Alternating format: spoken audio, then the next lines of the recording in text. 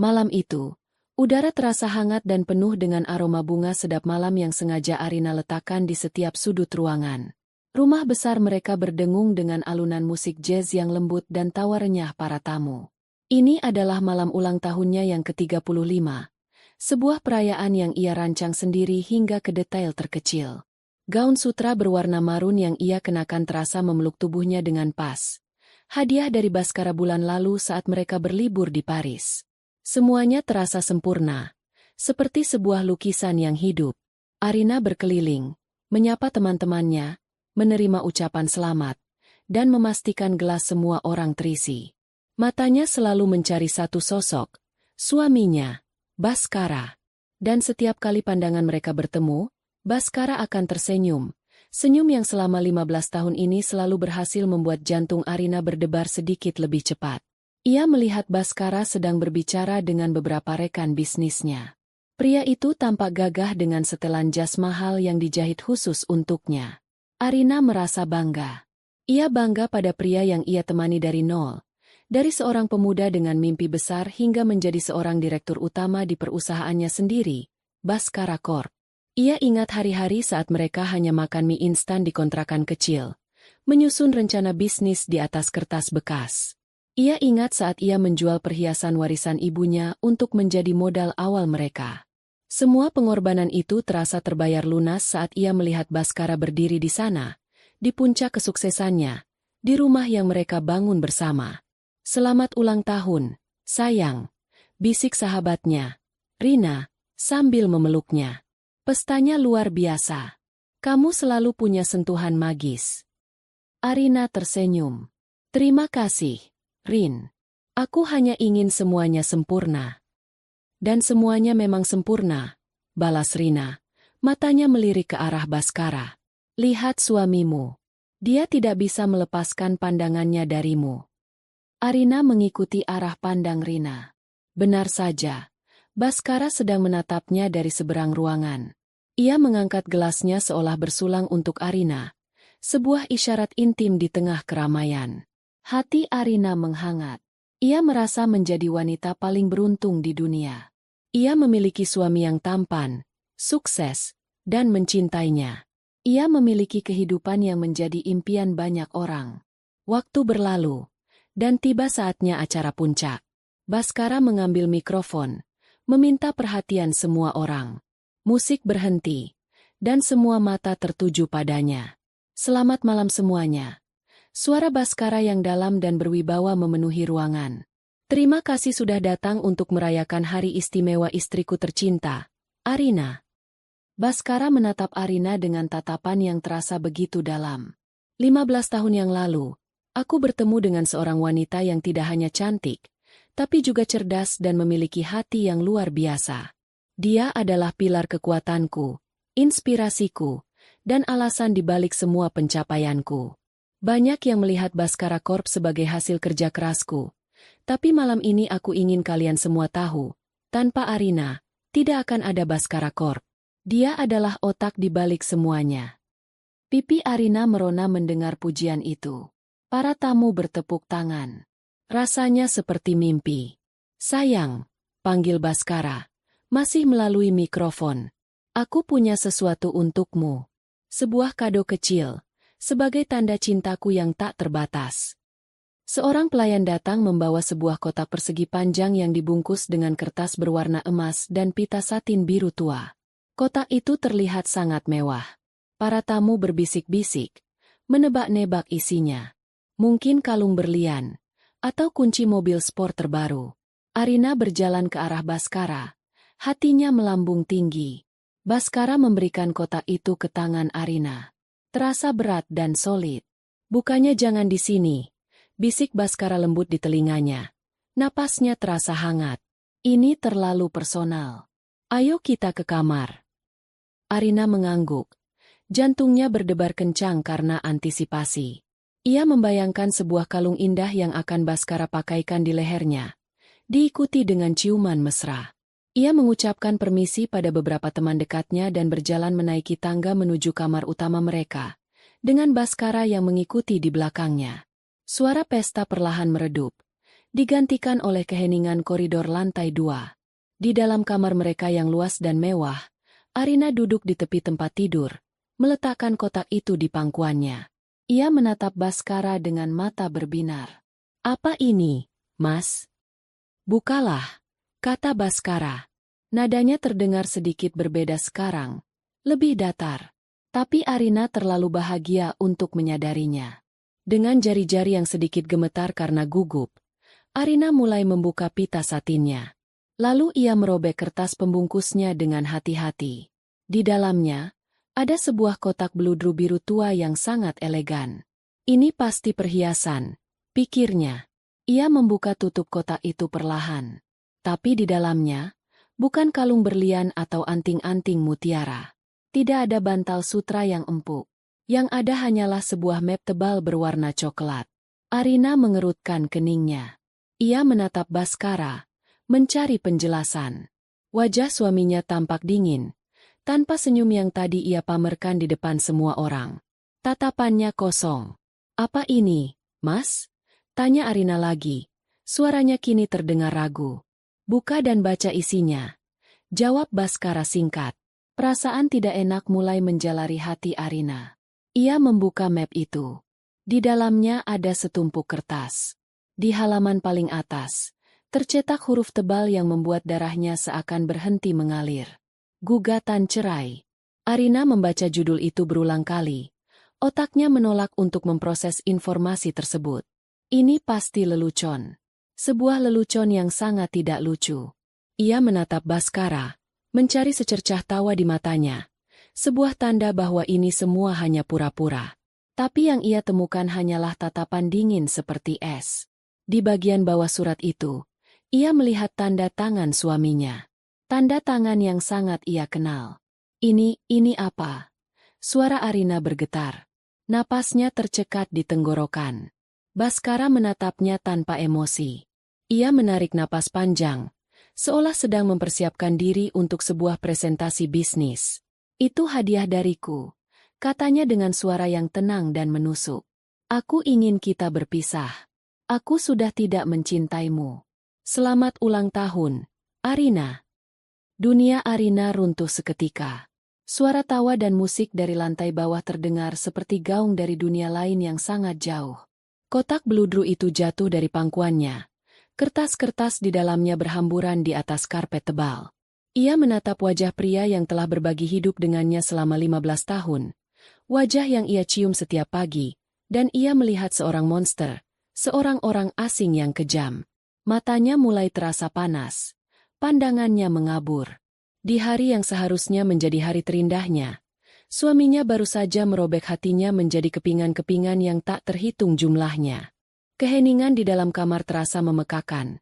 Kontras dengan dentuman musik jazz yang samar-samar masih terdengar dari lantai bawah.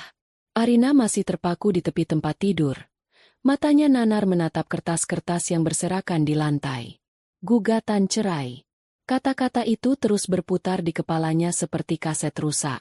Ia tidak bisa memahami bagaimana malam yang dimulai dengan begitu banyak cinta dan kebahagiaan bisa berakhir dengan pengkhianatan yang begitu brutal. Mengapa? Akhirnya sebuah kata berhasil keluar dari bibirnya yang kaku. Suaranya nyaris tak terdengar. Sebuah bisikan penuh kepedihan. Baskara mendengus pelan. Seolah pertanyaan itu adalah hal yang paling bodoh yang pernah ia dengar.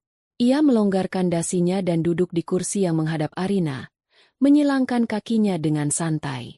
Sikapnya yang tenang membuat Arina semakin terluka. Tidak ada tanda-tanda penyesalan atau kesedihan di wajahnya. Hanya ada kelegaan yang dingin. "Karena aku sudah muak, Arina," jawabnya. "Aku muak dengan pernikahan ini. Aku muak dengan kepura-puraan ini." "Kepura-puraan?" Arina menatapnya tak percaya. 15 tahun kau sebut kepura-puraan? Semua yang kita bangun, semua yang kita lalui, itu semua pura-pura bagimu. "Bagiku, itu adalah sebuah fase," kata Baskara. Nadanya merendahkan. "Sebuah fase yang perlu aku lalui untuk sampai ke titik ini. Dan kamu, Arina, kamu adalah bagian dari fase itu. Tapi fase itu sudah berakhir sekarang. Aku sudah berevolusi, sementara kamu tetap sama." Setiap kata yang keluar dari mulut Baskara terasa seperti tamparan. Apa maksudmu aku tetap sama? Lihat dirimu. Baskara menunjuk Arina dari ujung rambut hingga ujung kaki. Kamu masih wanita yang sama seperti 15 tahun yang lalu. Duniamu hanya sebatas rumah ini, pesta-pesta ini, dan teman-teman sosialitamu. Sementara aku terus bergerak maju. Duniaku adalah tentang kesepakatan miliaran dolar, tentang inovasi, tentang masa depan. Kita sudah tidak sejalan lagi. Arina, kamu menjadi beban bagiku. Arina merasa seolah ada tangan tak terlihat yang meremas jantungnya. Beban. Jadi selama ini, ia dianggap sebagai beban. Semua pengorbanannya, semua dukungannya, semua malam-malam saat ia terjaga menemaninya bekerja, semua ide-ide cemerlang yang ia sumbangkan untuk perusahaannya, semua itu tidak ada artinya. Ada orang lain, kan? Tanya Arina lirih. Ketakutan terbesarnya kini terbentuk menjadi sebuah pertanyaan. Baskara tidak langsung menjawab. Ia hanya tersenyum tipis. Sebuah senyum congkak yang belum pernah Arina lihat sebelumnya. Aku sudah menemukan seseorang yang lebih sepadan. Namanya Fiona. Dia muda, ambisius, cerdas. Dia mengerti duniaku. Dia tidak hanya menjadi penonton, dia pemain di dalamnya. Fiona, sekretarisnya. Gadis muda yang baru bekerja setahun di perusahaan. Arina ingat gadis itu. Gadis yang selalu menatap Baskara dengan tatapan memuja. Arina pernah merasa cemburu, tapi ia menepis perasaan itu, meyakinkan dirinya bahwa Baskara tidak akan pernah mengkhianatinya. Betapa bodohnya dia. Jadi semua pujianmu di depan semua orang tadi. Arina tertawa getir. Tawa yang terdengar seperti isak tangis. Semua kata-kata manismu tentang aku sebagai pilar kekuatanmu. Itu semua hanya sandiwara. Tentu saja. Jawab Baskara tanpa ragu. Aku harus menjaga citraku. Arina, perceraian ini harus terlihat baik-baik saja di mata publik. Aku ingin perpisahan yang elegan. Aku tidak mau ada drama. Drama. Ia menyebut kehancuran hidup istrinya sebagai sebuah drama. Aku sudah menyiapkan segalanya, lanjut Baskara, kembali ke mode bisnisnya yang dingin. Aku sudah menyewa pengacara terbaik. Semua aset perusahaan, rumah ini, mobil-mobil, semuanya atas namaku. Kamu tidak akan mendapatkan apa-apa dari perusahaan. Tapi modal awal perusahaan itu dari uang warisanku. Sergah Arina, suaranya mulai meninggi. Baskara tertawa. Uang warisanmu yang sedikit itu? Anggap saja itu investasi yang gagal. Arina, tidak ada bukti tertulisnya. Secara hukum, kamu tidak punya hak apa-apa. Ia kemudian berdiri dan berjalan ke arah meja, mengambil sebuah amplop lain. Ia melemparkannya ke pangkuan Arina. Tapi aku tidak sekejam itu. Di dalam situ ada cek. Anggap saja itu pesangon. Upahmu sebagai ibu rumah tangga selama ini. Jumlahnya cukup untukmu memulai hidup baru, mungkin menyewa apartemen kecil di pinggir kota. Penghinaan itu terasa begitu menyakitkan. Lebih sakit dari perselingkuhannya. Baskara tidak hanya mencampakkannya, ia juga menginjak-injak harga dirinya. Mereduksi 15 tahun hidupnya menjadi sekadar pekerjaan ibu rumah tangga yang bisa dibayar dengan pesangon. Arina membuka amplop itu dengan tangan gemetar. Ia melihat jumlah yang tertera di cek. Jumlah yang sangat besar bagi orang biasa. Tapi jumlah itu adalah sebuah penghinaan jika dibandingkan dengan kekayaan yang telah mereka kumpulkan bersama. Kekayaan yang dibangun di atas fondasi pengorbanan Arina. Api kemarahan yang dingin mulai membakar habis kesedihannya. Ia menatap Baskara, pria yang dulu ia cintai dengan segenap jiwa, dan yang ia lihat kini hanyalah kesombongan dan keegoisan. Pria ini telah meremehkannya. Pria ini berpikir ia bisa membuangnya begitu saja setelah tidak lagi berguna. Pria ini berpikir ia hanyalah seorang wanita lemah yang akan menangis dan menerima nasibnya. Aku mau kamu pergi dari rumah ini besok pagi, kata Baskara, memecah keheningan. Aku akan menyuruh Fiona untuk mulai pindah kemari lusa. Jadi, berkemaslah. Baskara berbalik, hendak meninggalkan kamar. Meninggalkan Arina sendirian dengan puing-puing kehidupan mereka. Tunggu, kata Arina. Suaranya terdengar berbeda sekarang. Lebih kuat, lebih dingin, tanpa getar sedikit pun. Baskara berhenti di ambang pintu, menoleh sedikit. Apa lagi? Arina berdiri. Ia berjalan mendekati Baskara. Tatapannya tajam dan menusuk. Kau melakukan satu kesalahan besar, Baskara. Baskara mengangkat alisnya. Tampak geli. Oh ya? Apa itu? Kau lupa siapa aku, bisik Arina. Kau lupa bahwa otak di balik strategis bisnis Baskara Corp yang brilian itu bukan otakmu. Itu otakku. Kau lupa bahwa setiap koneksi penting yang kau miliki di awal karirmu adalah koneksi dari keluargaku. Kau lupa bahwa aku tidak hanya duduk diam selama 15 tahun ini.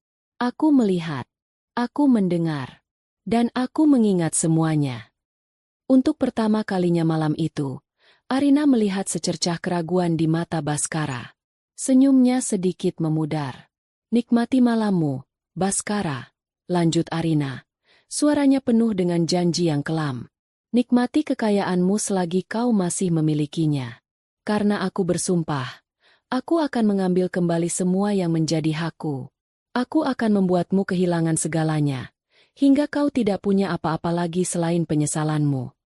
Baskara menatapnya sejenak, lalu tertawa, mencoba menutupi kegugupannya. Ancaman kosong dari seorang wanita yang putus asa. Menyedihkan. Ia pun keluar dari kamar, menutup pintu di belakangnya. Suara musik dan tawa dari lantai bawah kembali terdengar, terasa seperti ejekan yang kejam. Arina sendirian. Tapi ia tidak lagi menangis. Air matanya sudah kering, digantikan oleh kobaran api di dalam dadanya. Baskara telah menyalakan perang, dan Arina akan memastikan, dialah yang akan keluar sebagai pemenangnya. Ia menatap bayangannya di cermin besar. Gaun marun yang indah, riasan yang sempurna. Topeng wanita bahagia itu kini pecah, dan di baliknya, muncul seorang pejuang yang telah lama tertidur. Pagi datang tanpa permisi. Sinar matahari menembus celah gorden tebal di kamar mereka. Atau lebih tepatnya, kamar Baskara sekarang. Arina tidak tidur semalaman. Ia hanya duduk di sofa beludru di sudut kamar, memeluk lututnya, menatap kosong ke sekeliling ruangan yang tiba-tiba terasa asing dan dingin. Setiap benda di dalamnya seolah mengejeknya.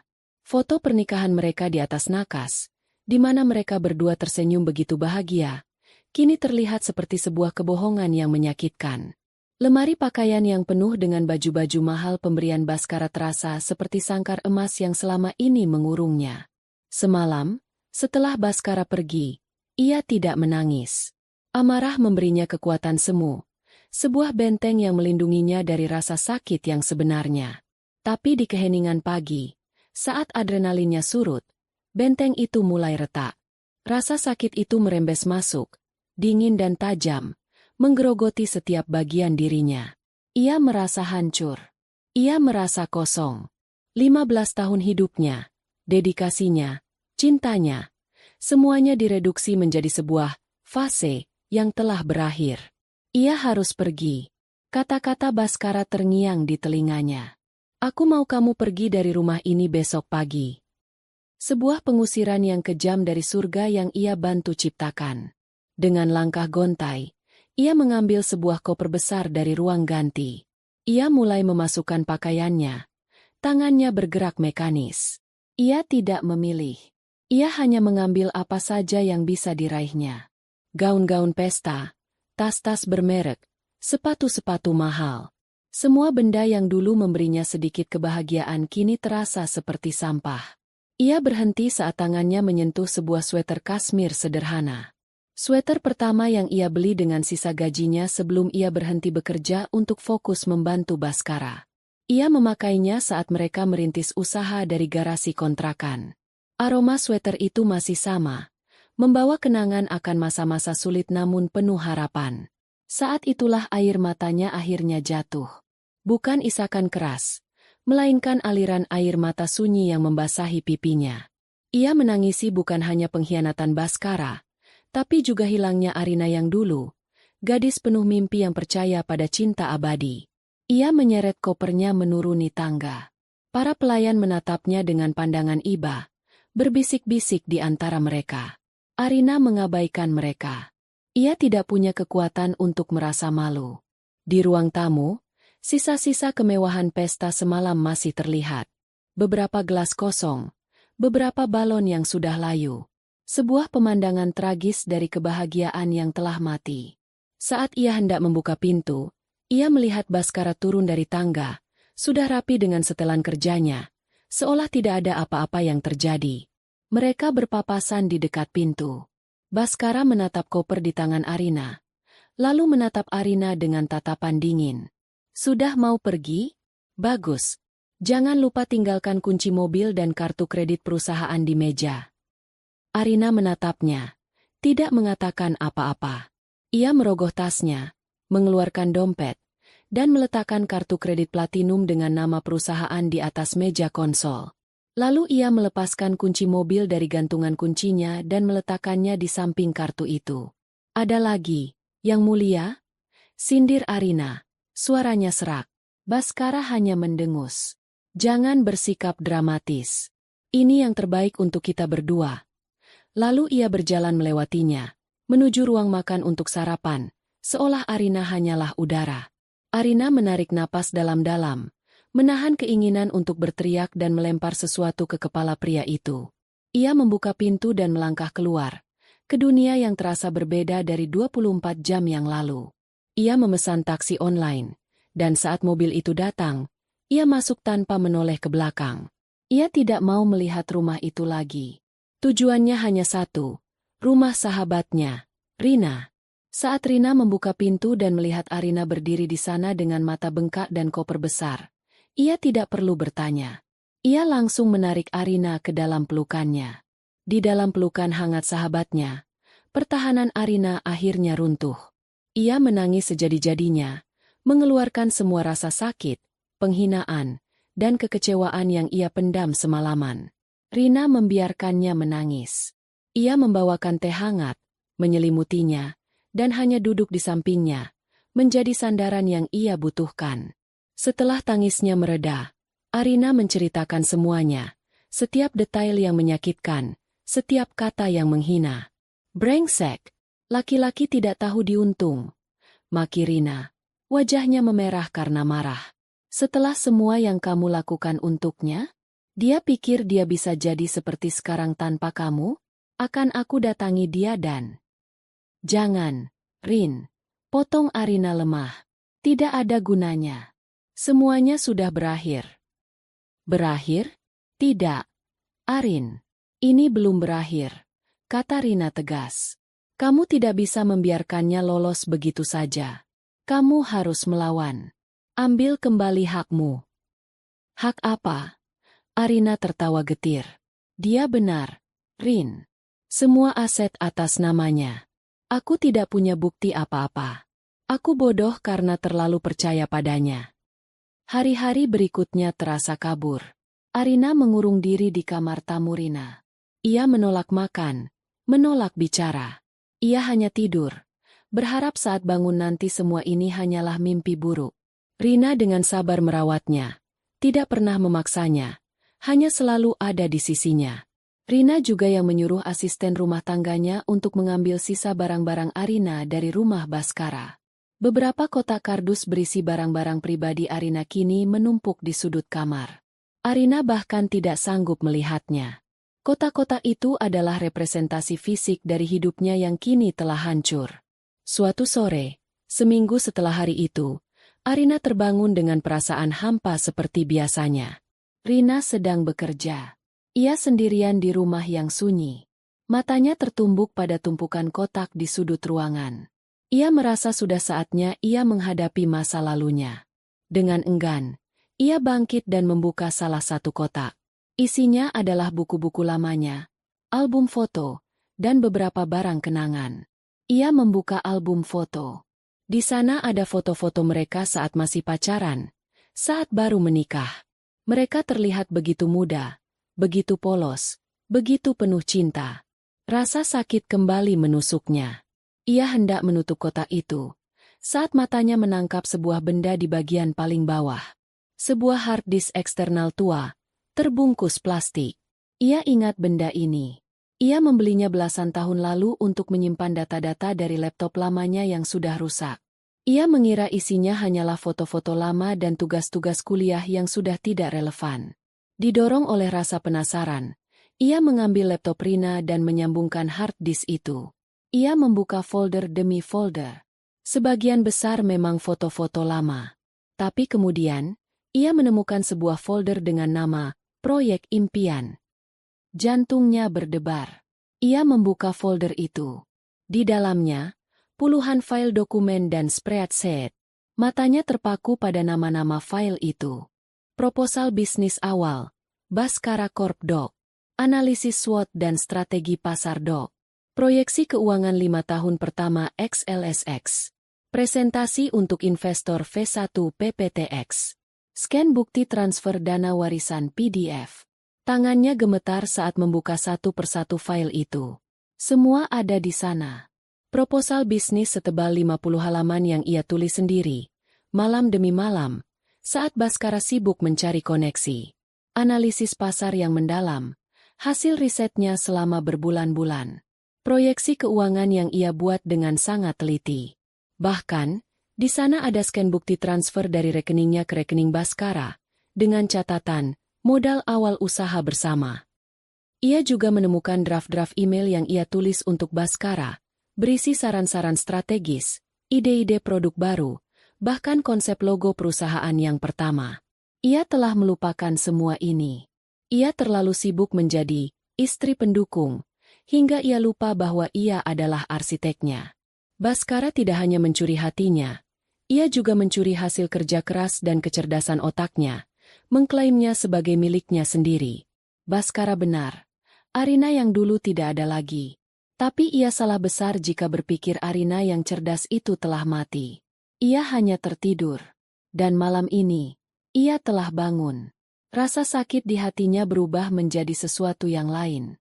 Sesuatu yang lebih tajam, lebih fokus. Sebuah amarah yang dingin dan penuh perhitungan.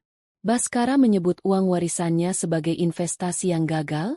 Arina akan menunjukkan padanya, investasi itu akan segera membuahkan hasil, tapi bukan untuknya. Baskara bilang ia tidak punya bukti. Ia baru saja menemukan sebuah gudang amunisi. Arina menatap layar laptop. Matanya menyala dengan cahaya yang baru. Api di dalam dirinya yang sempat padam karena air mata pengkhianatan, kini kembali menyala. Lebih besar, lebih panas, dan lebih berbahaya dari sebelumnya. Ini bukan lagi tentang balas dendam. Ini tentang keadilan. Ini tentang mengambil kembali identitasnya yang telah dirampas. Ia menutup laptopnya. Ia tahu apa yang harus ia lakukan. Ia tidak akan menangis lagi. Ia akan berjuang. Pagi berikutnya, Arina bangun dengan tujuan. Kabut kesedihan yang menyelimutinya selama seminggu terakhir telah sirna, digantikan oleh kejernihan yang tajam. Ia mandi, mengenakan salah satu setelan kerja lamanya yang masih tersimpan di dalam koper, dan merias wajahnya dengan teliti. Saat ia keluar dari kamar, Rina yang sedang membuat sarapan sampai terkejut melihat perubahannya. "Arin, kamu?" Rina tidak bisa menyelesaikan kalimatnya. Ia melihat Arina yang berbeda.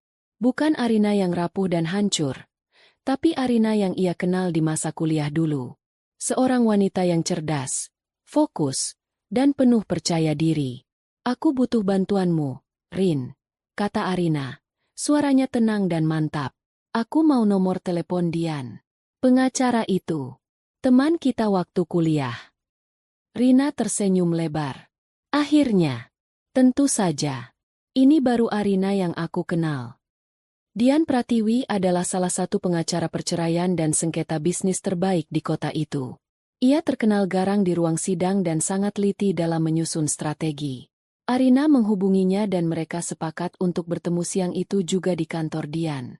Kantor hukum Dian terletak di sebuah gedung pencakar langit di pusat distrik bisnis.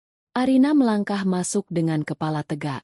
Ia membawa laptop Rina dan sebuah tas berisi hard disk eksternal tuanya. Itu adalah senjatanya. Dian menyambutnya dengan pelukan hangat. "Arina, aku turut prihatin mendengar beritamu. Si brengsek Baskara itu. Aku kesini bukan untuk dikasihani, potong Arina. Aku kesini untuk berperang. Dan aku ingin kau menjadi jenderalku. Mereka duduk di ruang rapat yang menghadap ke pemandangan kota. Arina tidak membuang waktu. Ia menceritakan semuanya. Dari malam ulang tahunnya yang tragis hingga penemuan hard disk itu. Kemudian, ia menyalakan laptop dan menunjukkan semua file yang ia temukan kepada Dian. Dian mempelajari setiap dokumen dengan saksama. Alisnya terangkat. Matanya menyipit penuh konsentrasi. Ia membaca proposal bisnis, memeriksa tanggal file, dan meneliti scan bukti transfer. Keheningan menyelimuti ruangan selama hampir 1 jam. Akhirnya, Dian bersandar di kursinya dan menatap Arina. Ada kilatan semangat di matanya. Arina, katanya, ini bukan sekadar kasus perceraian biasa. Ini adalah tambang emas. Baskara melakukan kesalahan fatal dengan meremehkanmu. Dia meninggalkan jejak digital yang sangat jelas. Jadi, aku punya peluang. Tanya Arina, hatinya berdebar. Peluang? Dian tertawa. Sayang, kita tidak hanya punya peluang. Kita punya potensi untuk melucutinya sampai ke celana dalamnya. Secara hukum, tentu saja. Dian mulai menjelaskan strateginya. Pertama, kita akan menuntut pembagian harta Gonogini secara adil. Dengan bukti transfer ini, kita bisa berargumen bahwa modal awal perusahaan adalah milik bersama, yang berarti kau berhak atas sebagian besar sahamnya. Kedua, kita bisa menuntut hak kekayaan intelektual, proposal bisnis, strategi pasar. Semua ide yang ada di sini adalah milikmu. Kita bisa buktikan bahwa kesuksesan Baskara Corp dibangun di atas karyamu. Ini akan memberinya pukulan telak pada reputasinya. Arina mendengarkan dengan saksama, menyerap setiap kata. Untuk pertama kalinya setelah sekian lama, ia merasa punya harapan. Ia punya kekuatan. Tapi bukti digital saja tidak cukup, lanjut Dian. Kita butuh kesaksian dan data internal dari perusahaan saat ini. Kita harus tahu kondisi keuangan mereka yang sebenarnya, proyek apa yang sedang berjalan, dan di mana titik lemah mereka. Kau punya orang di dalam. Arina berpikir sejenak. Sebagian besar karyawan lama yang loyal padanya mungkin sudah pensiun atau pindah. Tapi ada satu nama yang muncul di benaknya. Pak Hendra adalah kepala Departemen Keuangan. Arina yang merekomendasikannya untuk posisi itu belasan tahun lalu. Pak Hendra adalah seorang pria jujur dan berintegritas. Arina tahu, Pak Hendra tidak pernah menyukai cara bisnis Baskara yang kadang terlalu agresif dan Fiona yang menurutnya membawa pengaruh buruk. Ada satu orang, kata Arina. Tapi aku tidak tahu apakah dia mau membantu. Ini terlalu berisiko untuknya. Kau harus mencobanya, desak Dian. Dalam perang, kita butuh mata-mata. Sore itu, Arina memberanikan diri menelepon Pak Hendra. Ia menggunakan nomor baru, dan hanya mengucapkan salam singkat, meminta untuk bertemu di sebuah kedai kopi kecil yang jauh dari pusat kota. Ia bisa merasakan keraguan dalam suara Pak Hendra, tapi pria itu akhirnya setuju. Pertemuan itu terasa menegangkan. Pak Hendra tampak gugup, matanya terus mengawasi sekeliling. Ibu Arina, saya turut prihatin, katanya pelan. Semua orang di kantor membicarakannya. Kami semua kaget. Terima kasih, Pak Hendra, balas Arina. Saya menghubungi Bapak bukan tanpa alasan.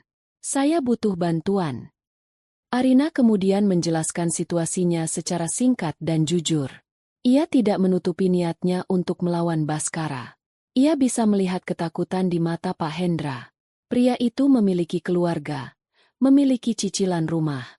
Kehilangan pekerjaan adalah hal terakhir yang ia inginkan. Bu, ini sangat berbahaya, kata Pak Hendra ragu. Pak Baskara sekarang berbeda. Sejak Nona Fiona datang, dia menjadi lebih kejam. Dia tidak akan segan-segan memecat siapapun. Saya tahu risikonya, Pak, kata Arina lembut. Dan saya tidak akan pernah memaksa Bapak. Tapi saya juga tahu Bapak adalah orang yang jujur. Bapak tahu bahwa perusahaan itu tidak akan berdiri tanpa ide dan modal awal dari saya. Bapak tahu bahwa apa yang dilakukan Baskara pada saya itu salah. Arina berhenti sejenak, menatap mata Pak Hendra dalam-dalam. Saya tidak meminta Bapak untuk mencuri. Saya hanya meminta data-data yang seharusnya juga menjadi hak saya. Laporan keuangan, proposal proyek yang sedang berjalan. Saya ingin tahu seberapa besar kerajaan yang telah ia curi dari saya. Pak Hendra terdiam lama. Ia menimbang-nimbang. Ia teringat bagaimana Arina dulu membantunya saat istrinya sakit. Ia teringat bagaimana Arina selalu memperlakukan karyawan dengan manusiawi, berbanding terbalik dengan Baskara yang hanya melihat mereka sebagai angka. Akhirnya, ia menghela napas. Baik, Bu. Saya akan bantu. Putusnya. Tapi kita harus sangat berhati-hati. Saya akan mengirimkan datanya melalui email anonim ke alamat yang nanti Ibu berikan. Jangan pernah hubungi saya lagi di nomor kantor. Sebuah beban berat terangkat dari pundak Arina. Ia telah mendapatkan sekutu pertamanya dari dalam benteng musuh. Setelah bertemu Pak Hendra, Arina tidak langsung pulang. Ia melakukan satu hal lagi. Ia menelepon Om Surya, seorang pengusaha senior yang sangat dihormati dan merupakan sahabat almarhum ayahnya. Baskara pernah mencoba mendekatinya untuk kerjasama, tapi selalu gagal. Om Surya, ini Arina, putri almarhum Pak Haryo, sapanya di telepon. Arina, ya ampun, Nak, sudah lama sekali. Bagaimana kabarmu? Suara berat dan hangat itu menyapanya. Kabar saya kurang baik, Om, tapi akan segera membaik. Jawab Arina. Om, saya hanya ingin menyapa. Mungkin dalam waktu dekat, saya akan memulai bisnis konsultan saya sendiri. Saya hanya ingin Om tahu. Itu saja. Ia tidak meminta bantuan. Ia hanya menanam benih. Ia tahu Om Surya adalah orang yang cerdas. Ia pasti akan mencari tahu apa yang terjadi. Malam itu, di kamar tamu Rina, Arina berdiri di depan sebuah papan tulis putih kecil yang ia beli sore tadi. Di papan itu, ia mulai menuliskan rencananya. Bidak-bidak caturnya kini sudah tersusun. Dian sebagai ratunya, sang penyerang utama. Pak Hendra sebagai kudanya, yang bisa bergerak secara tak terduga dari dalam. Om Surya sebagai bentengnya, pelindung potensial di masa depan. Dan ia sendiri adalah sang raja, atau lebih tepatnya, sang ratu yang memimpin pertempuran. Di bawah bagan itu, ia menuliskan target pertamanya, berdasarkan informasi awal yang diberikan Pak Hendra. Proyek properti Nusa Sentosa. Proyek terbesar Baskara Corp saat ini.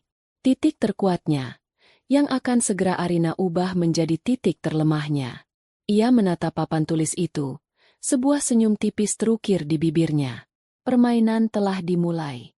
Ruang mediasi di pengadilan agama terasa dingin dan steril. Udaranya penuh dengan ketegangan yang tak terucap. Arina duduk tegak di satu sisi meja panjang. Di sampingnya ada Dian Pratiwi yang tampak tenang dan profesional. Arina mengenakan blus sederhana berwarna krem dan celana bahan hitam. Penampilannya sengaja ia buat bersahaja namun rapi, kontras dengan citra istri sosialita yang selama ini melekat padanya. Ia ingin menunjukkan bahwa ia datang bukan sebagai korban yang meratap, melainkan sebagai seorang pebisnis yang serius. Di seberang meja, Baskara duduk dengan angkuh.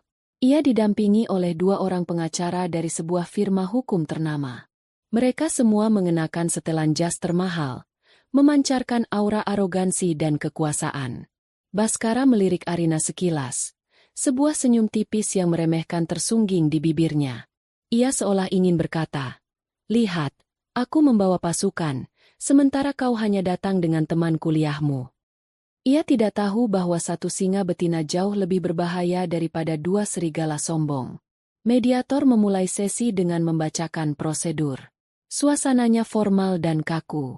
Pengacara Baskara, seorang pria parubaya berperut buncit bernama Pak Firman, memulai pembicaraan.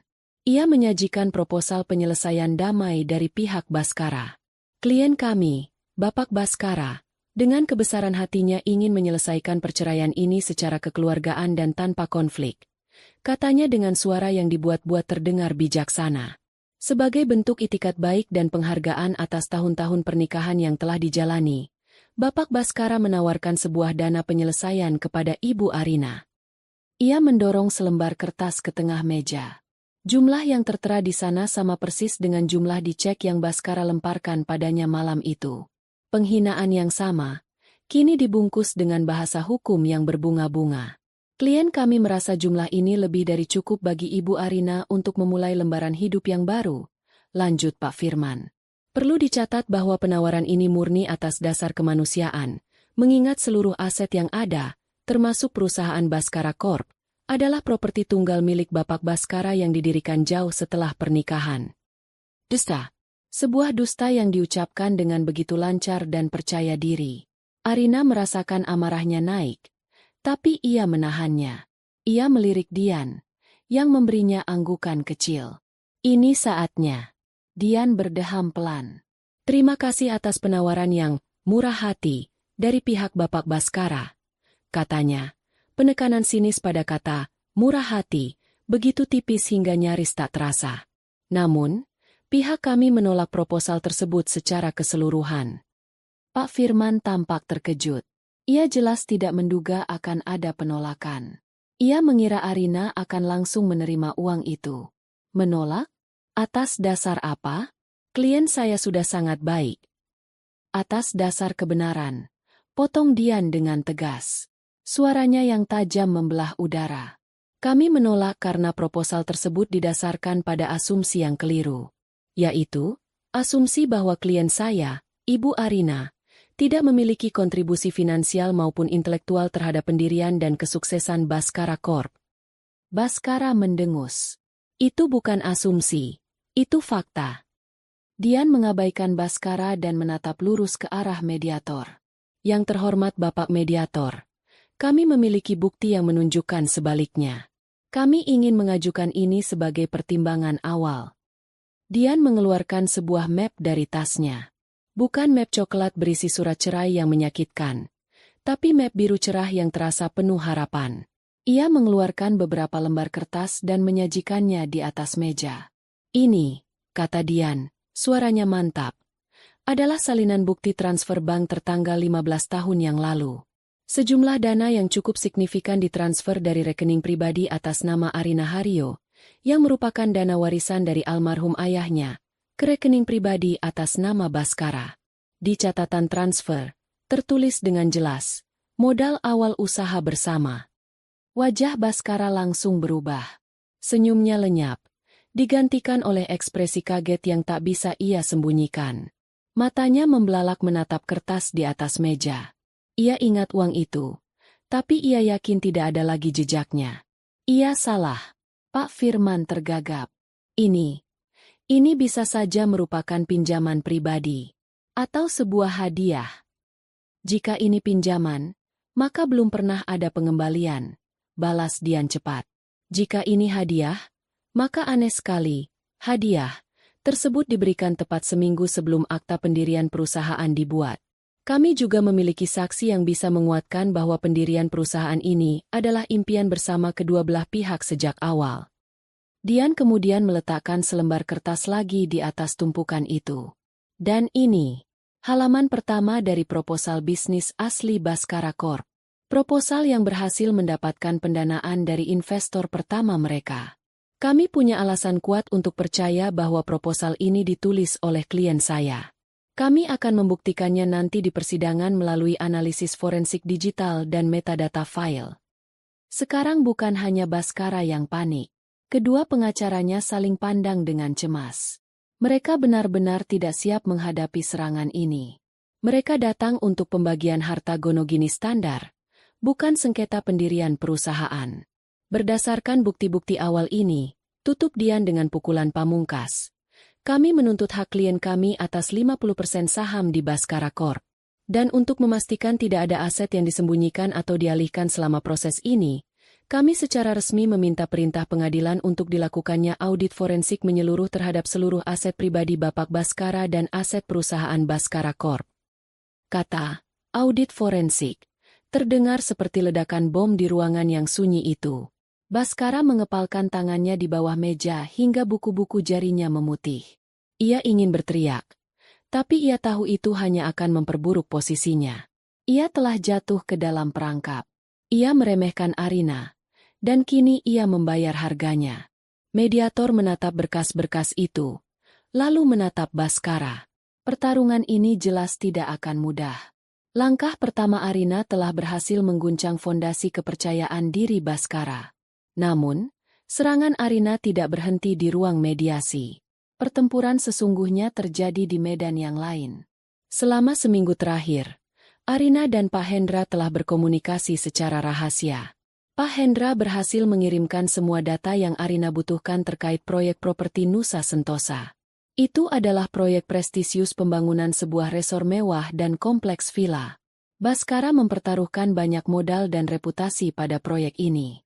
Arina mempelajari setiap detail proposal yang Baskara ajukan kepada pemerintah daerah dan para investor. Dengan latar belakang pendidikannya di bidang manajemen bisnis dan pengalamannya menyusun rencana awal Baskara Corp, ia dengan cepat menemukan beberapa kelemahan fatal. Baskara, dalam kesombongannya, telah mengambil jalan pintas. Analisis dampak lingkungannya terlalu dangkal dan optimis, mengabaikan potensi kerusakan ekosistem mangrove di sekitar lokasi. Struktur pembiayaannya juga sangat rapuh, terlalu bergantung pada satu investor utama dari luar negeri yang rekam jejaknya meragukan. Arina tidak membocorkan data mentah itu. Itu terlalu kasar dan bisa dilacak kembali ke Pak Hendra. Sebaliknya, ia melakukan sesuatu yang lebih cerdas. Ia menghabiskan 2 hari penuh untuk menulis sebuah analisis mendalam setebal 10 halaman, membedah semua kelemahan proposal Baskara dari sudut pandang seorang analis risiko independen.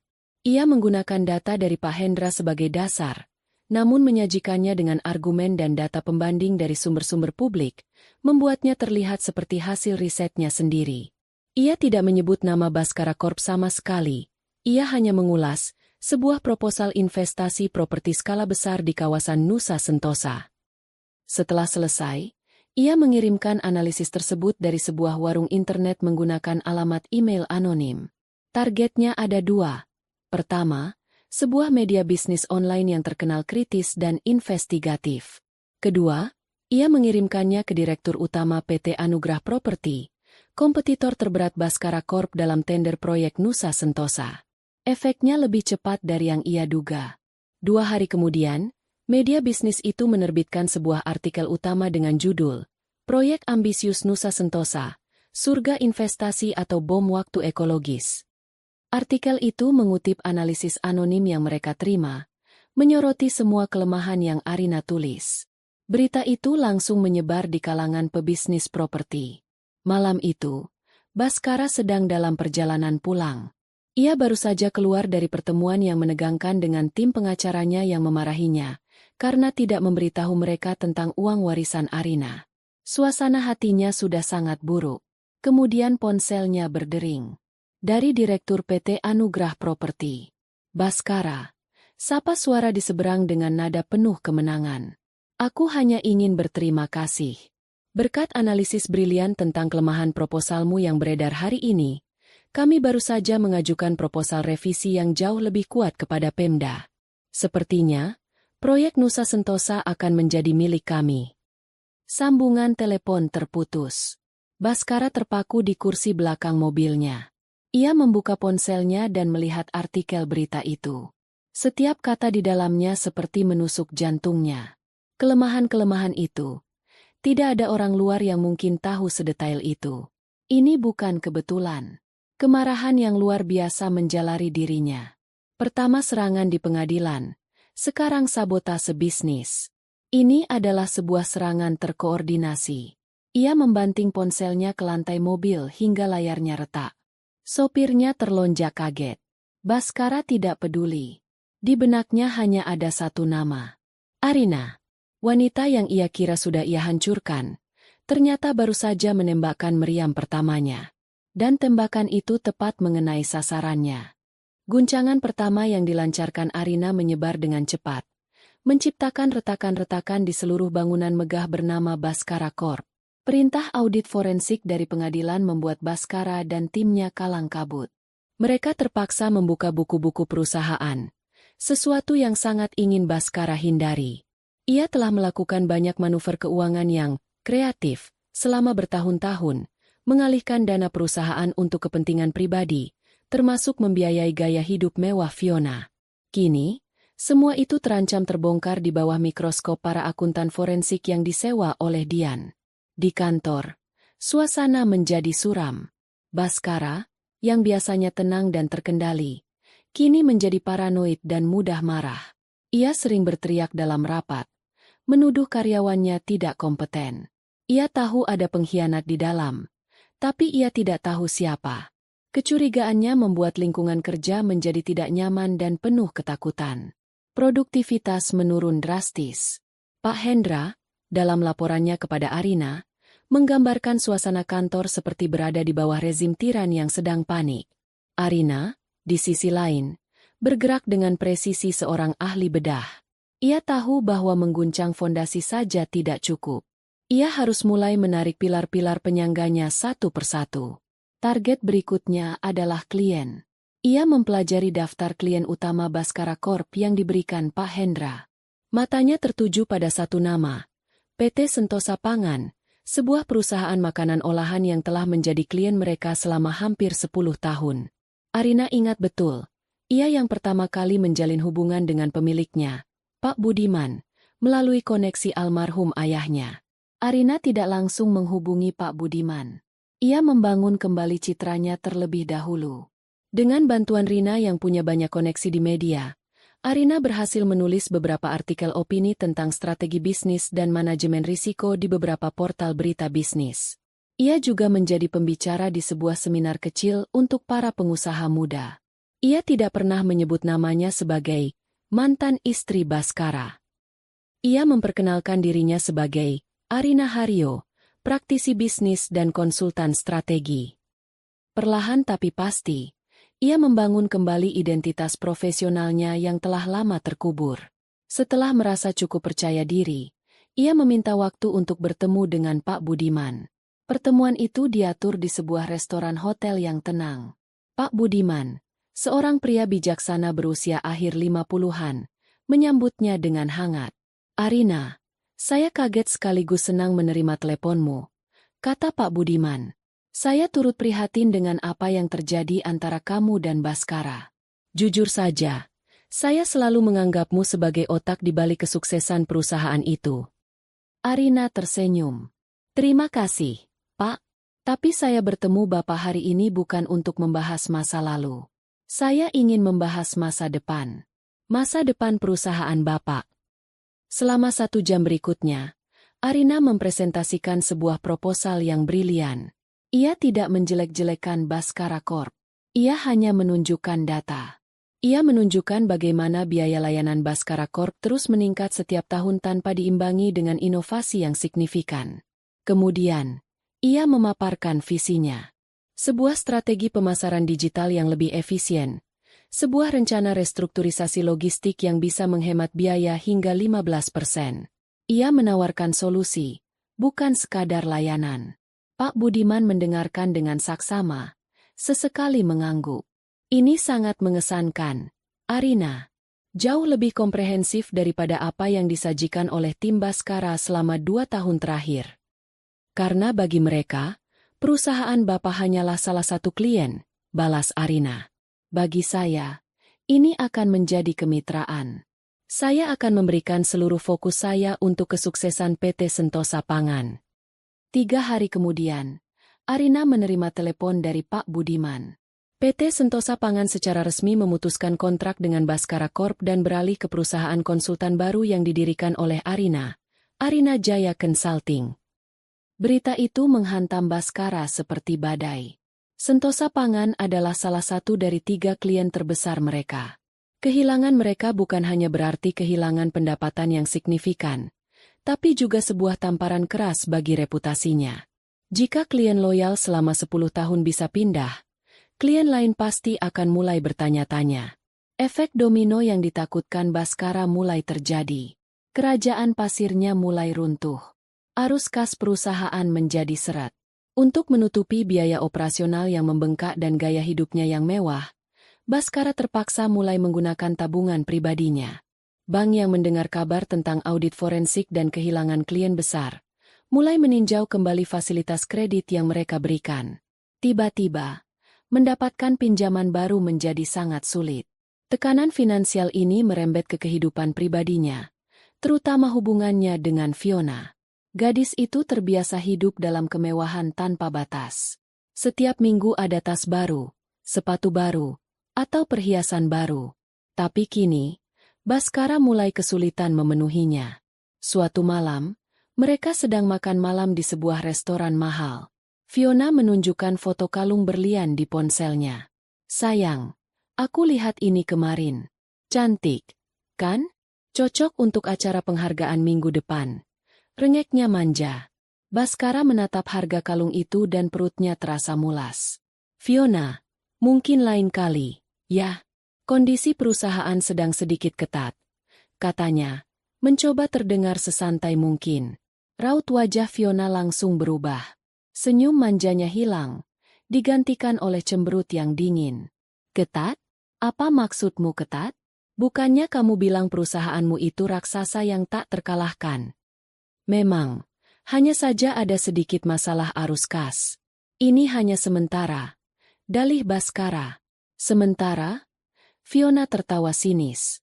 "Sejak perceraianmu dengan si tua itu dimulai, semua jadi sementara. Aku lihat berita. Baskara, kamu kehilangan proyek Nusa Sentosa. Kamu kehilangan Sentosa Pangan. Apa selanjutnya? Kamu akan menyuruhku menjual tasku untuk bayar tagihan." "Jaga bicaramu, Fiona," bentak Baskara. Emosinya yang tertahan akhirnya meledak. "Kamu pikir mudah mengurus semua ini?"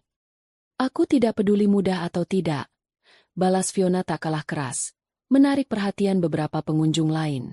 "Aku bersamamu karena kamu adalah pemenang, Baskara. Seorang pria sukses yang bisa memberikan segalanya untukku. Kalau kamu tidak bisa melakukannya lagi, lalu apa gunanya aku di sini?" Kata-kata itu menusuk Baskara lebih dalam dari kehilangan klien manapun. Untuk pertama kalinya, ia melihat Fiona apa adanya. Bukan sebagai pasangan yang mendukung, tapi sebagai parasit yang hanya peduli pada kekayaan.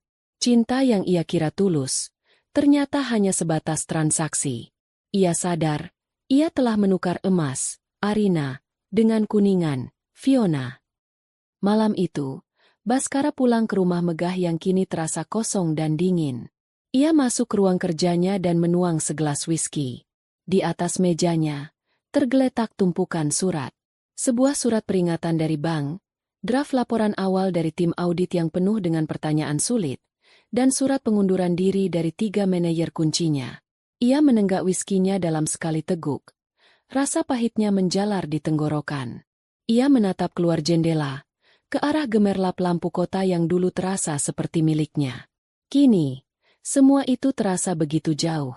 Kerajaannya yang ia bangun dengan penuh kesombongan, ternyata hanyalah sebuah istana pasir di tepi pantai.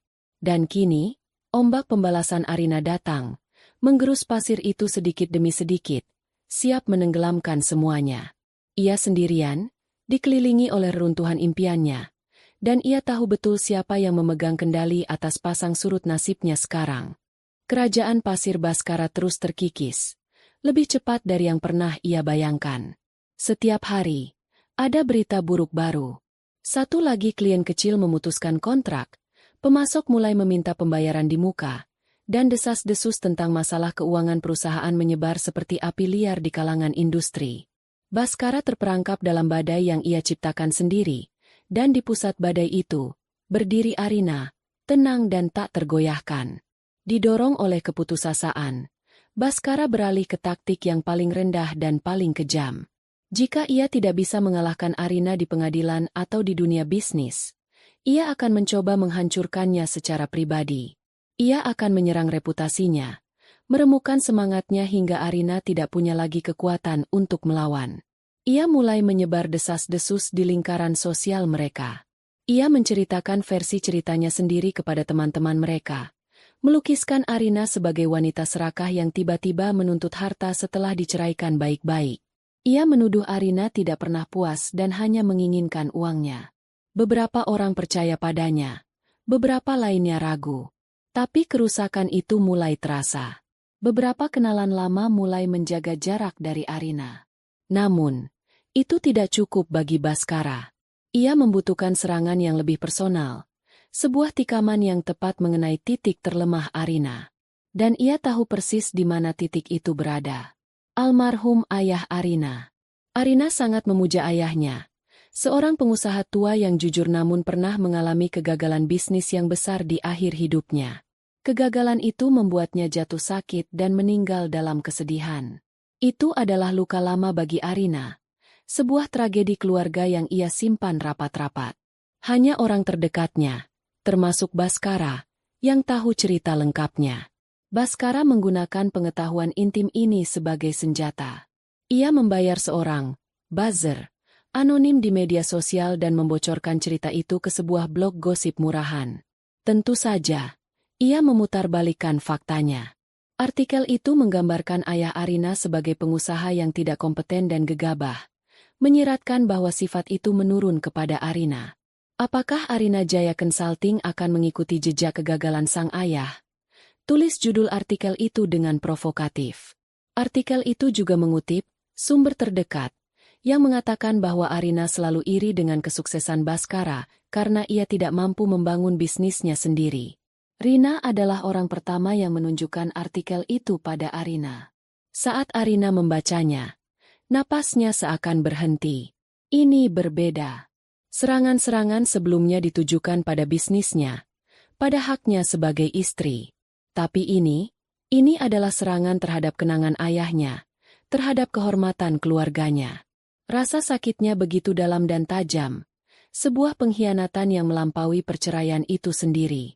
Baskara telah mengambil kenangan paling suci dan rapuh miliknya, lalu melumatnya dan melemparkannya ke publik untuk dicerca. Untuk pertama kalinya sejak memulai perlawanannya, Arina goyah.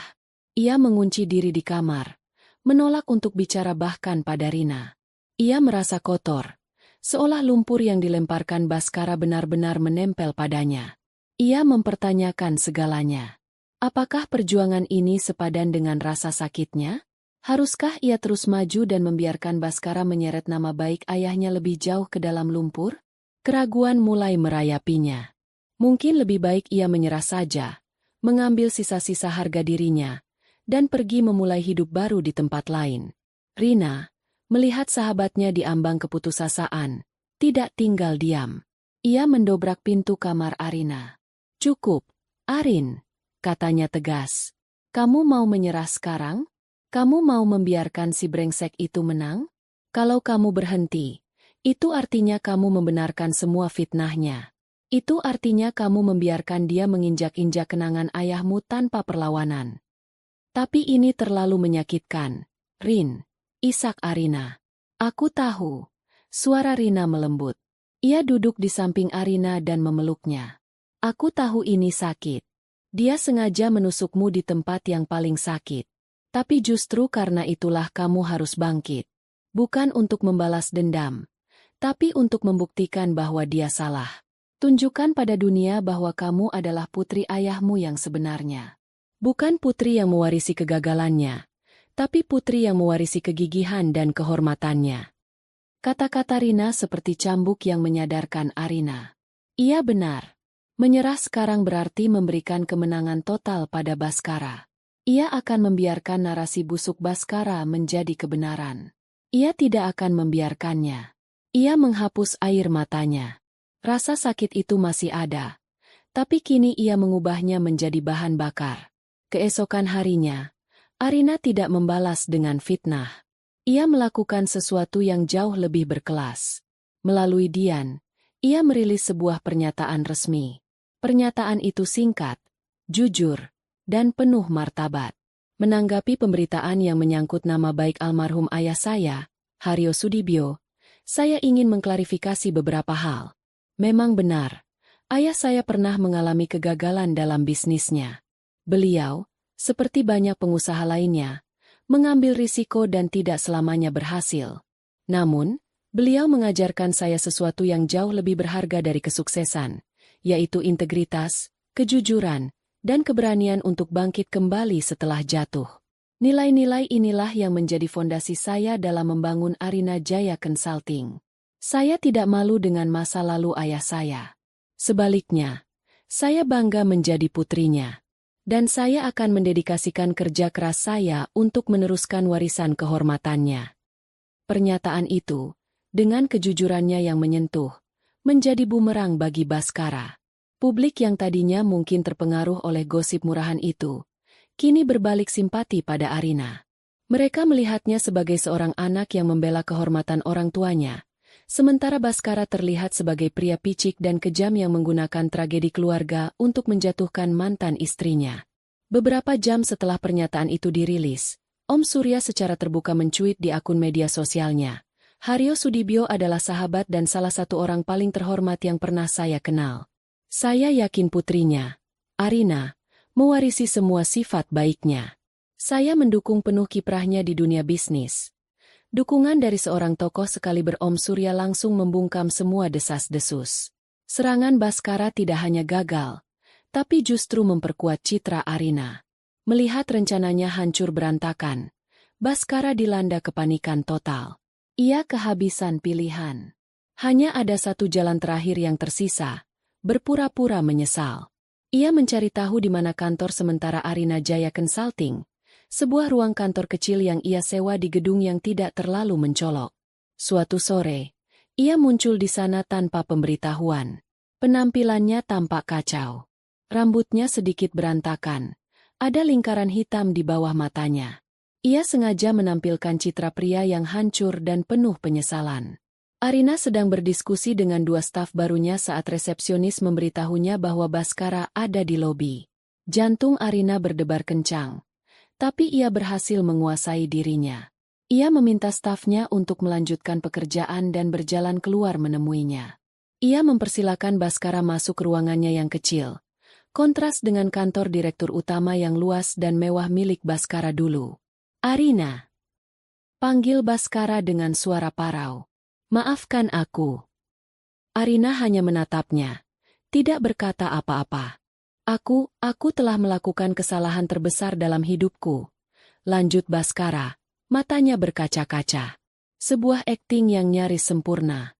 Aku buta. Arina. Buta oleh ambisi dan godaan sesaat. Fiona. Dia tidak berarti apa-apa. Dia hanya sebuah kesalahan. Kamulah satu-satunya wanita yang pernah aku cintai. Ia mencoba meraih tangan Arina. Tapi Arina menarik tangannya. Aku mohon, hentikan semua ini, pinta Baskara. Hentikan tuntutan ini. Aku akan memberikanmu penyelesaian yang jauh lebih baik. Aku akan memberikanmu rumah, tunjangan bulanan yang besar, apa saja yang kau mau. Asalkan kita bisa berhenti saling menyakiti. Arina mendengarkan setiap kata-katanya dengan tenang. Ia menatap mata pria di hadapannya. Dulu, ia bisa melihat seluruh dunianya di mata itu. Sekarang, yang ia lihat hanyalah kebohongan dan keputusasaan. Ia bisa melihat bahwa penyesalan Baskara tidak datang dari hatinya. Penyesalan itu datang dari rekening banknya yang menipis dan kerajaannya yang runtuh.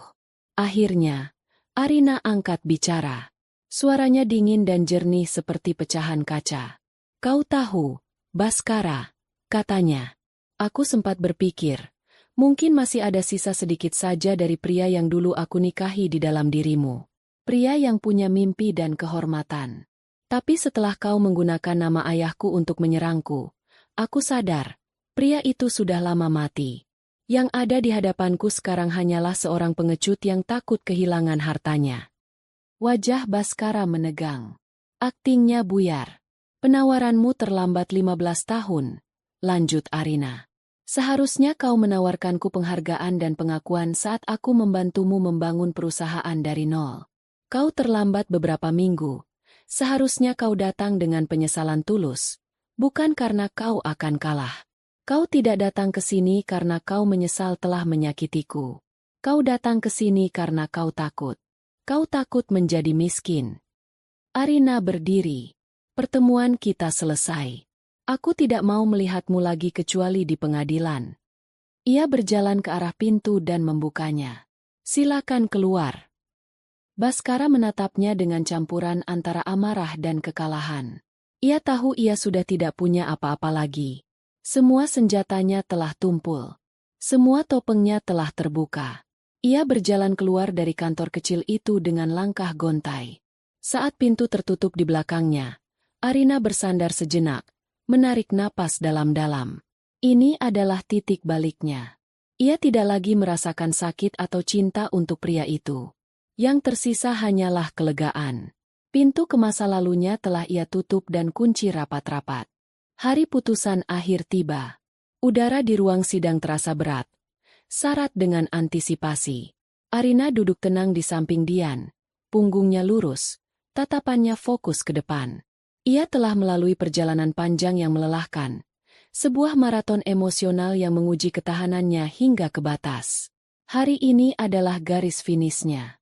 Apapun hasilnya, ia tahu ia telah berjuang dengan segenap kemampuannya. Baskara duduk di seberang, tampak seperti bayangan dari dirinya yang dulu. Kesombongan dan auranya yang berkuasa telah lenyap, digantikan oleh wajah yang pucat dan tatapan yang kosong. Ia terlihat seperti seorang raja yang akan menghadapi eksekusi.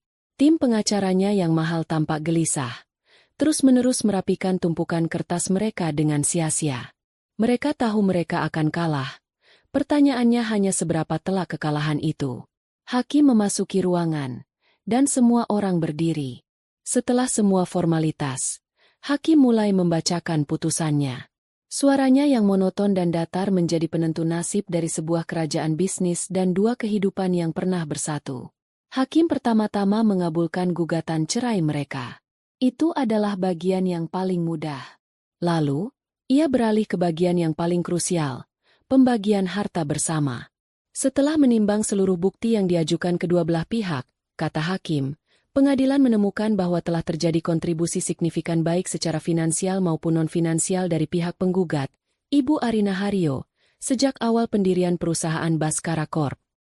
Jantung Baskara seakan berhenti berdetak. Bukti transfer dana warisan yang diajukan oleh penggugat, lanjut hakim, diterima sebagai bukti valid adanya penyertaan modal awal. Selain itu, bukti-bukti digital berupa proposal bisnis, analisis pasar, dan korespondensi email yang diajukan, secara meyakinkan menunjukkan kontribusi intelektual yang menjadi dasar dari strategi dan pertumbuhan perusahaan di tahun-tahun formatifnya. Hakim berhenti sejenak, membalik halaman.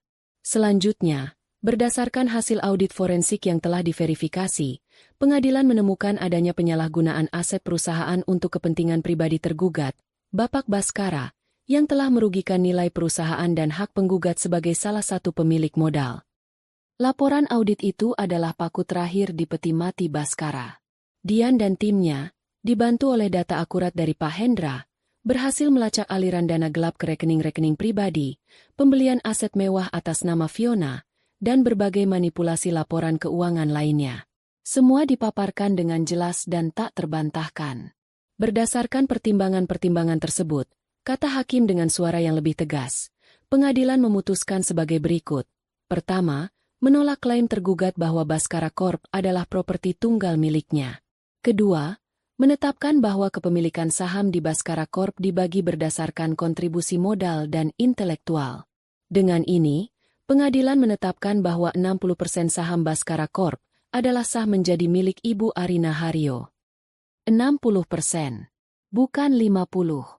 Pengadilan tidak hanya membagi dua, tapi juga memberikan kompensasi atas kontribusi intelektual Arina dan kerugian akibat penyalahgunaan aset oleh Baskara.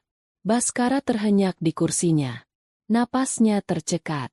Ia bukan hanya kehilangan sebagian, ia kehilangan kendali.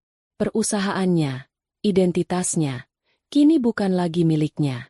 Tapi hakim belum selesai. Ketiga, sisa 40% saham milik tergugat, beserta aset-aset pribadi lainnya yang terbukti dibeli menggunakan dana perusahaan, akan dibekukan sementara sebagai jaminan untuk membayar utang-utang perusahaan dan untuk penyelidikan lebih lanjut terkait potensi tindak pidana penggelapan dan penipuan. Itulah akhirnya. Skakmat. Dalam satu palu yang diketuk, Baskara kehilangan segalanya. Perusahaannya, sahamnya, bahkan sisa asetnya pun terancam disita. Ia kini bukan hanya seorang direktur yang kehilangan jabatannya. Ia adalah seorang pria miskin yang berpotensi menjadi tersangka kriminal. Ia menatap Arina, mencari secercah emosi di wajah mantan istrinya. Tapi yang ia lihat hanyalah ketenangan. Tidak ada kemenangan, tidak ada kebencian, hanya kelegaan. Saat sidang dibubarkan, Baskara tetap duduk membatu, tidak mampu bergerak. Pengacaranya menepuk pundaknya dan mengatakan sesuatu. Tapi Baskara tidak mendengarnya. Dunianya telah hancur. Di luar gedung pengadilan, Fiona menunggu di dalam mobil sport sewaan yang baru. Ia tidak sabar mendengar kabar baik. Ia sudah merencanakan liburan ke Eropa untuk merayakan kemenangan mereka. Ia terus-menerus memeriksa ponselnya. Tak lama, sebuah pesan masuk dari salah satu junior di tim pengacara Baskara yang ia sogok untuk memberinya info cepat. Pesannya singkat, kalah total. Pak Baskara kehilangan segalanya. Saham mayoritas jatuh ke tangan Bu Arina. Mata Fiona membelalak. Ia membaca pesan itu 3 kali. Miskin. Kata-kata itu berdengung di telinganya.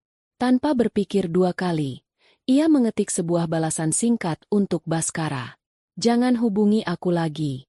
Semoga beruntung dengan hidup barumu. Ia kemudian memblokir nomor Baskara, menyalakan mesin mobil, dan pergi dari sana tanpa menoleh ke belakang. Ia harus segera kembali ke apartemen Baskara dan mengemasi semua barang berharga miliknya sebelum semuanya disita. Baginya, hubungan ini sudah selesai. Beberapa jam kemudian, Baskara akhirnya tiba di rumah megahnya. Rumah itu terasa sunyi dan angker. Ia berjalan masuk. Langkahnya berat.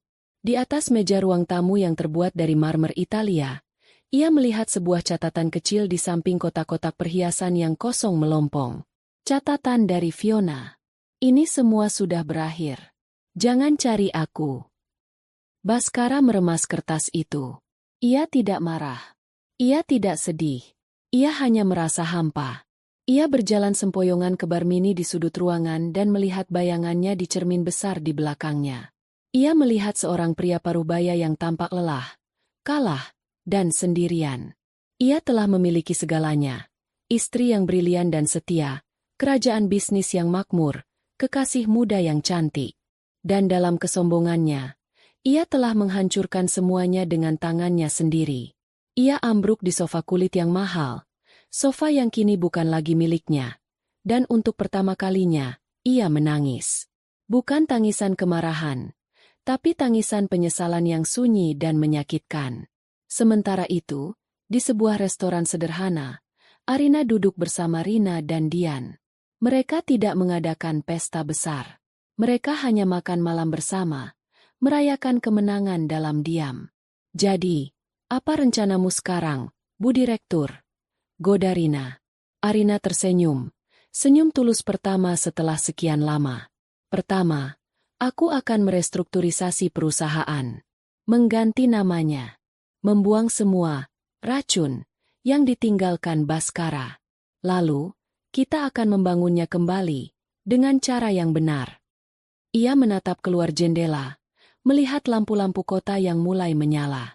Permainan catur yang melelahkan ini akhirnya berakhir. Ia telah memenangkannya. Tapi ini bukanlah akhir dari ceritanya. Ini adalah awal dari sebuah babak yang baru. Sebuah permainan baru di mana ia yang menulis aturannya sendiri.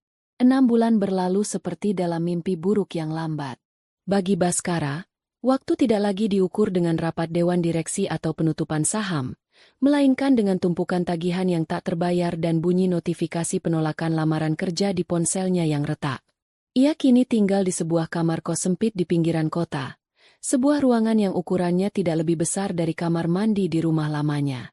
Cat di dindingnya mengelupas, dan satu-satunya jendela menghadap ke tembok bata tetangga. Kemewahan telah menguap dari hidupnya, meninggalkan residu pahit dari kenyataan.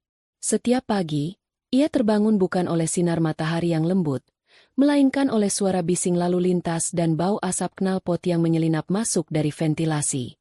Ia tidak lagi sarapan salmon asap dan kopi impor, melainkan bubur instan dan kopi saset. Ia menghabiskan hari-harinya dengan sia-sia, menelusuri situs lowongan kerja, mengirimkan puluhan lamaran yang tidak pernah mendapat balasan. Namanya telah menjadi racun di dunia bisnis. Berita perceraiannya yang brutal dan kejatuhan perusahaannya menjadi studi kasus yang dibicarakan di mana-mana. Tidak ada yang mau mempekerjakan seorang mantan direktur yang reputasinya hancur lebur karena keserakahan dan pengkhianatan. Penghinaan terbesar datang saat ia terpaksa menjual jam tangan mewah terakhir yang tersisa. Jam tangan yang Arina berikan untuk ulang tahun pernikahan mereka yang ke-10. Saat menyerahkan jam itu kepada pembeli di sebuah lobi mal yang ramai, ia merasa seperti menyerahkan potongan terakhir dari harga dirinya. Ia menggunakan uang itu untuk membayar sewa kos dan bertahan hidup beberapa bulan lagi. Ia sering berjalan kaki untuk menghemat ongkos, dan dalam perjalanan itu, ia melihat dunia dari perspektif yang sama sekali berbeda. Ia melihat perjuangan orang-orang biasa, sesuatu yang selama ini tidak pernah ia perhatikan dari balik kaca mobil mewahnya. Di tengah kehidupannya yang menyedihkan, bayangan Arina terus menghantuinya. Ia tidak bisa berhenti memikirkannya. Ia akan membeli koran bisnis bekas hanya untuk melihat apakah ada berita tentangnya. Dan selalu ada. Arina telah mengubah nama Baskara Corp menjadi Arina Jaya Corp. Sebuah nama yang terdengar lebih kokoh dan penuh harapan. Di bawah kepemimpinan Arina, perusahaan itu bangkit dari keterpurukan. Arina melunasi utang-utang yang Baskara tinggalkan, menerapkan praktik bisnis yang lebih etis, dan meluncurkan beberapa program inovatif yang pernah Arina usulkan padanya bertahun-tahun lalu, usulan yang selalu ia abaikan. Suatu hari, ia melihat foto Arina di sampul sebuah majalah bisnis terkemuka. Arina berdiri di depan gedung kantor mereka yang dulu, namun kini dengan logo baru yang elegan. Ia tidak tersenyum lebar, hanya senyum tipis yang memancarkan kepercayaan diri dan ketenangan. Ia tampak lebih cantik, lebih berwibawa, dan lebih hidup daripada saat masih menjadi istrinya. Di dalam artikel itu, Arina berbicara tentang pentingnya integritas, inovasi, dan membangun tim yang solid. Ia tidak pernah sekalipun menyebut nama Baskara, seolah-olah ia hanyalah catatan kaki yang tidak penting dalam sejarah perusahaan. Saat itulah penyesalan yang sesungguhnya mulai merasukinya.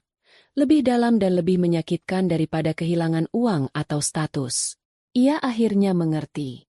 Ia tidak hanya kehilangan perusahaan atau kekayaan. Ia telah kehilangan seorang partner, seorang visioner, seorang jenius yang selama ini berdiri di bayang-bayangnya. Semua kesuksesannya, semua pujian yang ia terima, ternyata hanyalah pantulan dari cahaya Arina. Tanpanya, ia hanyalah kegelapan.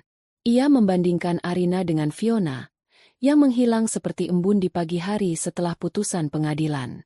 Fiona mencintainya karena apa yang ia miliki. Arina, sebaliknya, mencintainya saat ia tidak memiliki apa-apa. Dan ia telah membuang cinta yang tulus itu demi kepalsuan yang berkilauan.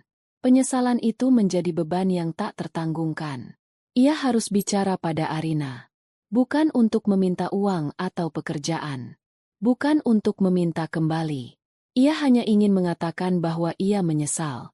Ia ingin Arina tahu bahwa ia akhirnya mengerti kesalahannya. Setelah mengumpulkan sisa-sisa keberaniannya, Baskara pergi ke gedung Arina Jaya Corp. Ia mengenakan kemeja terbaiknya yang sudah sedikit lusuh dan celana yang sudah pudar warnanya. Ia berdiri di seberang jalan, di bawah pohon yang rindang, hanya untuk melihat kemegahan gedung itu dari jauh. Ia menunggu selama hampir 3 jam, merasa seperti pengemis yang menunggu sedekah. Sore harinya, ia melihat Arina keluar dari lobi. Arina dikelilingi oleh beberapa stafnya, termasuk Pak Hendra yang kini terlihat lebih ceria dan memegang posisi penting. Arina tertawa mendengar sesuatu yang dikatakan salah satu stafnya, sebuah tawa lepas yang sudah lama tidak Baskara dengar. Ia tampak begitu berkuasa, namun juga begitu mudah didekati. Ia adalah pusat dari dunianya sendiri.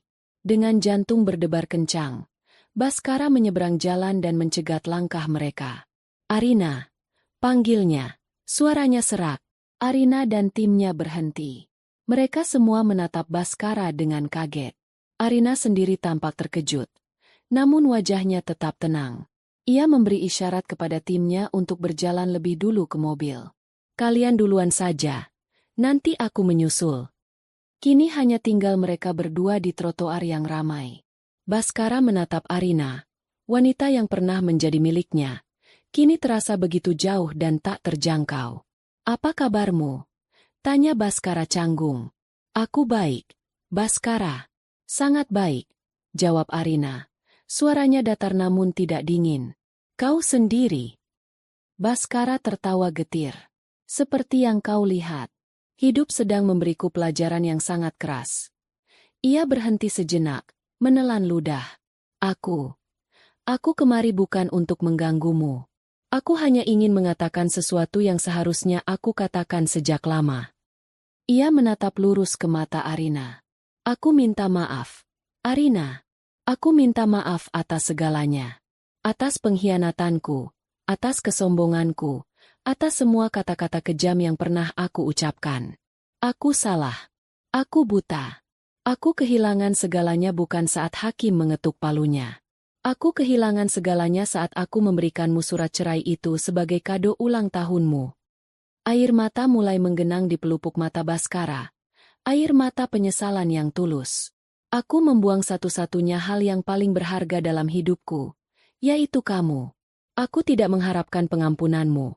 Aku hanya ingin kau tahu bahwa aku menyesal. Arina mendengarkan dalam diam. Ia melihat penderitaan di wajah Baskara. Ia melihat seorang pria yang benar-benar hancur. Tidak ada lagi kebencian di dalam hatinya. Yang ada hanyalah rasa iba yang samar dan kesadaran bahwa mereka berdua kini adalah orang asing yang berbagi masa lalu yang rumit. Aku menerima permintaan maafmu, Baskara, kata Arina pelan. Suaranya lembut. Tanpa nada kemenangan. Aku menerimanya bukan untukmu, tapi untuk diriku sendiri. Agar aku bisa benar-benar melepaskan semua beban dari masa lalu. Ia menatap Baskara dengan tatapan yang jernih. Pintu itu sudah tertutup. Aku sudah menemukan kebahagiaan dan kedamaianku sekarang, di jalanku sendiri. Aku harap, suatu saat nanti, kau juga bisa menemukannya. Arina tidak menawarkan bantuan. Ia tidak menawarkan uang, pekerjaan, atau bahkan persahabatan. Ia hanya menawarkan penutupan. Itulah hal paling adil dan paling sehat yang bisa ia berikan. Selamat tinggal, Baskara, katanya, sebelum berbalik dan berjalan dengan mantap menuju mobilnya yang sudah menunggu. Baskara tidak mencoba menahannya. Ia hanya berdiri mematung di trotoar, memperhatikan mobil hitam itu menjauh hingga hilang di tikungan. Ia sendirian lagi, di tengah hiruk-pikuk kota. Permintaan maafnya telah diterima, tapi itu tidak mengubah apa-apa. Ia harus hidup dengan konsekuensi dari perbuatannya. Yang tersisa untuknya hanyalah gema dari penyesalannya. Sebuah gema yang akan menemaninya seumur hidup. 1 tahun. Tepat 365 hari telah berlalu sejak malam ulang tahunnya yang ke-35. Malam di mana dunianya dihancurkan. Kini, di hari ulang tahunnya yang ke-36, Arina berdiri di balkon kamar tidurnya, menatap matahari terbit yang melukis langit dengan warna jingga dan emas. Udara pagi terasa segar, membawa aroma embun dari taman di bawah. Rumah ini masih sama, tapi rasanya sudah berbeda. Ia telah merenovasi interiornya, mengganti perabotan yang berat dan gelap peninggalan Baskara dengan gaya yang lebih ringan, modern, dan mencerminkan kepribadiannya sendiri. Rumah ini bukan lagi sangkar emas, melainkan sebuah surga pribadi, sebuah benteng kedamaian. Kehidupannya telah berubah 180 derajat. Ia bukan lagi sekadar istri Baskara. Ia adalah Arina Haryo, pendiri dan CEO dari Arina Jaya Corp. Perusahaannya tidak hanya selamat, tapi berkembang pesat. Ia memimpin dengan gaya yang berbeda dari Baskara. Ia mengutamakan kolaborasi, menghargai ide-ide dari karyawannya, dan membangun budaya kerja yang positif dan saling mendukung. Ia membuktikan bahwa kesuksesan tidak harus dicapai dengan cara yang kejam. Akibatnya, ia mendapatkan loyalitas dan rasa hormat yang tulus dari timnya. Pagi itu, setelah sesi yoga singkat di taman, ia bersiap-siap untuk bekerja. Ia memilih setelan blazer berwarna putih gading yang membuatnya tampak profesional sekaligus feminin. Saat ia turun untuk sarapan, para asisten rumah tangganya yang dulu menatapnya dengan iba, kini menyambutnya dengan senyum kagum dan ucapan selamat ulang tahun yang tulus. Arina membalasnya dengan ramah. Ia telah menaikkan gaji mereka dan memperlakukan mereka sebagai bagian dari keluarga. Di kantor, sebuah kejutan menantinya. Ruang kerjanya telah dihiasi dengan balon dan bunga. Di atas mejanya, tergeletak puluhan kartu ucapan dari karyawan dan mitra bisnis. Pak Hendra, yang kini menjadi direktur keuangannya, memimpin seluruh tim untuk menyanyikan lagu selamat ulang tahun. Arina terharu. Ia dikelilingi oleh orang-orang yang tulus menghargainya karena siapa dirinya, bukan karena siapa suaminya. Hari itu berjalan seperti biasa, diisi dengan rapat-rapat penting dan keputusan-keputusan strategis. Ia memimpin sebuah negosiasi dengan investor dari Jepang dengan percaya diri dan kefasihan yang membuat semua orang di ruangan itu terkesan. Ia adalah seorang pemimpin alami, bakat yang selama ini terpendam dan kini bersinar terang. Di luar pekerjaan, Arina juga menemukan kembali dirinya. Ia mulai melukis lagi, hobi masa kecilnya yang sempat ia lupakan. Ia bergabung dengan sebuah komunitas pecinta buku, di mana ia bisa berdiskusi tentang sastra tanpa harus berpura-pura menyukai golf atau balap mobil seperti lingkaran pertemanan lamanya. Ia merasa hidupnya jauh lebih kaya dan bermakna. Ia menemukan kebahagiaan dalam hal-hal kecil, dalam kemandiriannya, dalam kebebasannya untuk menjadi dirinya sendiri. Ia tidak lagi merasa kesepian. Ia menikmati kesendiriannya. Malam harinya, ia mengadakan sebuah pesta ulang tahun. Berbeda dengan pesta tahun lalu yang megah dan penuh kepalsuan, pesta kali ini jauh lebih sederhana dan intim. Ia hanya mengundang orang-orang terdekatnya, Rina dan suaminya, Dian, tim manajemen intinya termasuk Pak Hendra, dan tentu saja, Om Surya. Pesta itu diadakan di taman belakang rumahnya, di bawah untaian lampu-lampu temaram. Alunan musik akustik yang lembut menjadi latar dari suara tawa dan obrolan hangat. Arina, mengenakan gaun biru langit yang simpel namun elegan, berkeliling menyapa tamunya. Ia tertawa lepas saat Rina menceritakan lelucon lama dari masa kuliah mereka. Ia berdiskusi serius namun santai dengan Om Surya tentang tren pasar terbaru. Ia mendengarkan cerita Pak Hendra tentang putrinya yang baru masuk universitas. Ia merasa terhubung. Ia merasa menjadi bagian dari sesuatu yang nyata dan tulus. Di tengah pesta, ia berjalan menjauh sejenak ke sudut taman yang lebih gelap, menatap kolam renang yang airnya berkilauan memantulkan cahaya bulan. Ia merenungkan perjalanan luar biasa yang telah ia lalui selama setahun terakhir. Rasa sakit yang dulu terasa merobek jiwanya, kini telah berubah menjadi bekas luka yang samar, sebuah pengingat akan kekuatan yang tidak pernah ia tahu ia miliki. Ia tidak lagi merasakan amarah terhadap Baskara. Pria itu kini hanyalah bagian dari masa lalunya. Sebuah pelajaran berharga tentang kepercayaan, pengkhianatan, dan yang terpenting, tentang harga diri. Ia menyadari bahwa kado terburuk yang pernah ia terima setahun yang lalu, ternyata membawanya pada hadiah terbaik dalam hidupnya, kesempatan untuk menemukan dan membangun kembali dirinya sendiri. Sedang melamun, "Bu Bos?" Suara Rina membuyarkan lamunannya. Sahabatnya itu datang membawa sepotong kue. Arina tersenyum. Hanya sedikit bernostalgia. "Jangan lama-lama," kata Rina. "Saatnya tiup lilin. Buat permohonan yang bagus, ya." Arina kembali ke tengah-tengah teman-temannya. Sebuah kue ulang tahun sederhana dengan satu lilin angka 36 diletakkan di hadapannya. Semua orang mulai bernyanyi. Arina menatap api lilin yang menari-nari. Ia memejamkan matanya. Setahun yang lalu, mungkin ia akan memohon untuk mendapatkan kembali kehidupannya yang hilang.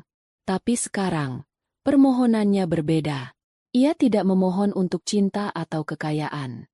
Ia memohon untuk kebijaksanaan, untuk kesehatan, dan untuk kekuatan agar bisa terus menjadi versi terbaik dari dirinya sendiri. Ia membuka matanya, menarik napas dalam-dalam, dan meniup lilin itu hingga padam. Tepuk tangan riuh menyambutnya.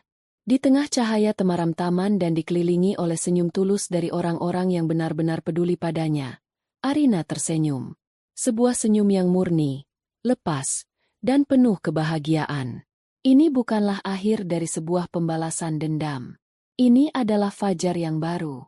Fajar yang ia ciptakan sendiri, untuk dirinya sendiri. Dan ia tahu, langit di hadapannya terbentang luas dan cerah.